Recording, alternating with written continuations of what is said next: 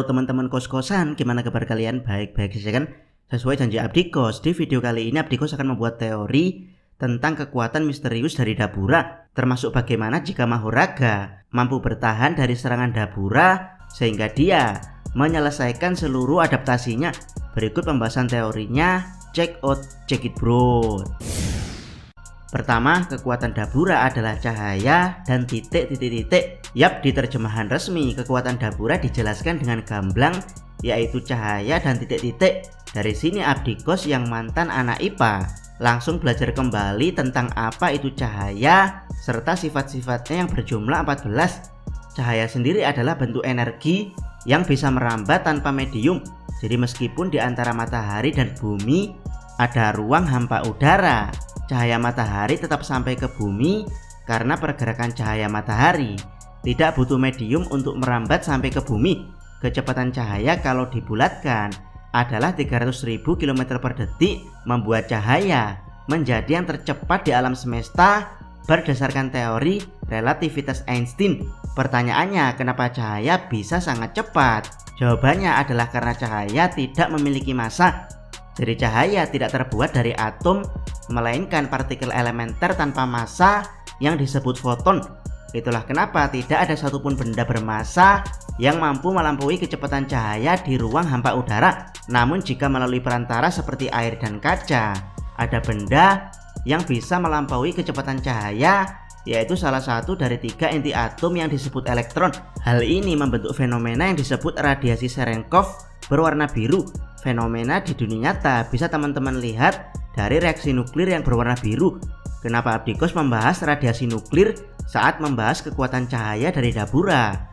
Jawabannya adalah karena Abdikos butuh pembanding. Dari sini kita masuk ke pembahasan intinya. Karena cahaya adalah bentuk energi yang tidak memiliki massa, pada dasarnya cahaya itu tidak berbahaya alias tidak bisa digunakan untuk menyakiti siapapun. Jadi kalau teknik Dabura hanyalah cahaya, maka teknik Dabura harusnya sama sekali tidak mengerikan. Tapi karena Dabura punya teknik titik-titik alias teknik black box misterius selain teknik cahaya, jadi Dabura mampu membuat foton dari cahaya menjadi serangan mematikan. Logika ini hampir mirip seperti teknik Limitless Gojo. Limitless adalah teknik untuk memanipulasi ruang hingga ke tingkat atom. Atom sendiri sebenarnya tidak memiliki warna karena atom tidak berinteraksi dengan cahaya. Tapi Gege Akutami secara kreatif menggunakan warna atom secara umum untuk teknik Gojo, yaitu blue untuk atom menarik, red untuk atom pendorong, serta purple untuk ledakan atom gabungan dari red dan blue yang bersifat menghapus. Dan ya, manipulasi atom tidak akan bisa sempurna tanpa bantuan nanoteknologi. Dan Gojo sendiri punya nanoteknologi dalam dirinya yang disebut Six Eyes. Jadi ya, kasus Dabura hampir mirip seperti Gojo, teknik misterius mirip black box yang dirahasiakan Gege Akutami. Kemungkinan besar adalah Six Eyes versi Dabura. Jika Six Eyes adalah nanoteknologi untuk memanipulasi ruang hingga ke tingkat atom, maka kemungkinan besar black box Dabura adalah teknologi optik untuk memanipulasi sifat-sifat cahaya yang berjumlah 14. Dari sini kita masuk ke pertanyaan lain, yaitu manipulasi sifat cahaya yang seperti apa saat Dabura menggunakannya untuk one shot Mahoraga. Menurut Abdikos adalah sifat cahaya nomor 10 dan nomor 13, yaitu sifat cahaya nomor 10 di mana cahaya memiliki energi, serta sifat cahaya nomor 13 yaitu cahaya dapat dipancarkan dalam bentuk radiasi. Sifat cahaya memiliki energi maksudnya adalah cahaya bisa dirubah ke bentuk energi tertentu, seperti energi listrik pada panel surya, energi kimia pada fotosintesis, serta energi panas pada berbagai macam cahaya seperti cahaya lampu atau cahaya alami dari matahari. Bahkan untuk cahaya matahari sendiri mampu menghasilkan radiasi karena ketika sampai di bumi dia merembet melalui ruang dan materi. Dari sini teman-teman sudah mulai bisa membayangkan bukan bagaimana cara Dabura one shot Mahoraga dengan teknik cahaya miliknya? Jawabannya adalah Dabura merembetkan teknik cahaya miliknya melalui ruang atau materi dengan teknik black box dia yang masih misterius, sehingga cahaya tersebut berubah menjadi bentuk energi seperti panas atau bahkan radiasi. Bahkan secara spesifik, teknik black box Dabura mampu memanipulasi foton cahaya untuk muncul dalam bentuk gelondongan mirip laser. Bayangkan laser-laser ini memiliki panas tinggi yang telah dimanipulasi Dabura, sehingga dalam waktu singkat Mahoraga seperti dihantam bilah plasma mirip lightsaber di Star Wars. Kedua, bagaimana Mahoraga akan menghadapi teknik Dabura. Lawan kata dari cahaya adalah kegelapan. Cahaya dan kegelapan seperti dua sisi mata uang, yaitu jika cahaya muncul, maka kegelapan akan pergi, dan jika cahaya pergi, maka kegelapan akan muncul.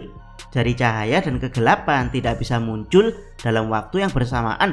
Kalau di One Piece, lawan dari buah iblis pika-pika milik Admiral Kizaru adalah Yami-Yami milik Blackbird, dan Yah Ten Shadow bukanlah Yami-Yami melainkan kage-kage seperti milik Moria.